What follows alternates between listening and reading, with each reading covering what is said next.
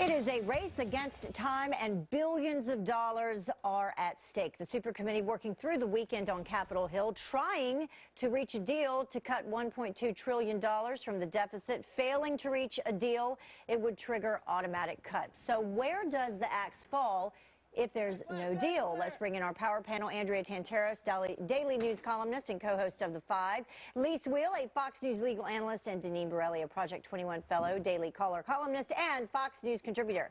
Thank you all for joining us on this Saturday. Good to be here. So we're working, and allegedly the supercommittee is working as well, and hopefully they will come up with a deal. But the thing is, the deadline is Wednesday, Andrea, but they have to come up with a deal by Monday in order for it to be able to take effect. That's right, because it requires 2 days for them to review it once they get it. And this is not changing by the day. This is changing by the hour. It is very, very fluid. From what I understand, they're getting closer and closer and closer.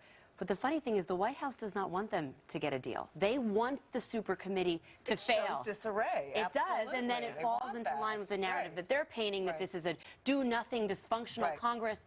But it is looking like they're getting closer. They're a lot closer than they were a couple days ago. I don't know, but only a couple days, you know, with this deadline, it's going to be really, I mean, it is already down to the wire. And if they do not come up with a deal, as you say, automatically triggers 1.2 trillion, excuse me. Yeah. Oh, millions, nothing. And no one wants that. And no one wants that. To defense as well. Defense and non-defense would be equally split if there is no deal. So listen, not Medicare, though. That would not be a super committee is a super cop-out. You know, they're just pushing the blame, shifting the blame.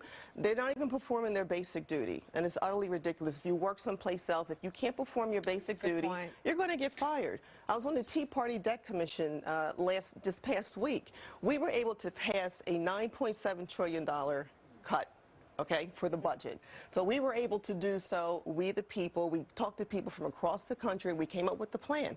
It's not rocket science. It's common sense. Congress is already an elected committee. That's why I laugh at these committees. They're already an elected committee. They should be able to do this without a super duper whatever kind of committee. It's part of their job, and they're not doing it. That's and then there's been this talk about maybe they wouldn't come up with a plan, but they would come up with a, you know, an outline for a plan and somehow get around it that way. That gets around the 12-month, you know, sequestration that would happen. That's the reason for that. It basically would stall everything until after the election. If they can't, if they can't come up with 1.2 trillion, they would take, as you said, they would take 600 and maybe agreed cuts, and then 600 billion, as Lee said, in sequestration that would be automatic cuts.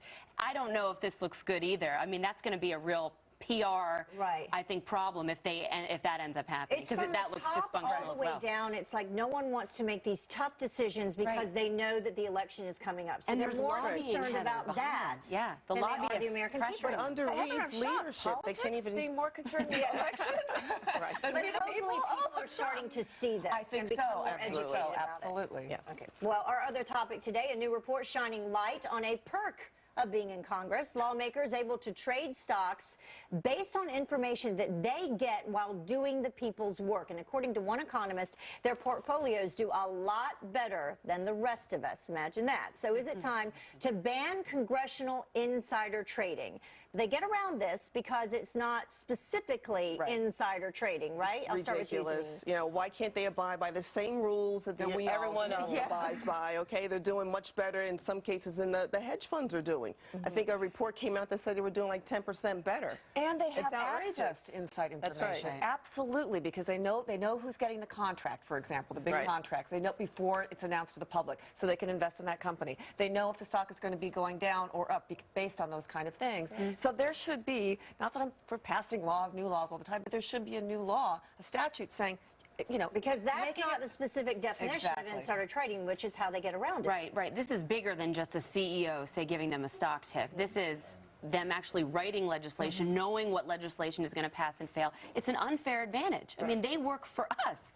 You know, this should be illegal. The problem is it's very tough to prove. Well, you wonder why there are. But what basic generic insider trading cases are? But now that the bill is actually scheduled to come to some type of vote, who's going to vote against it? Right.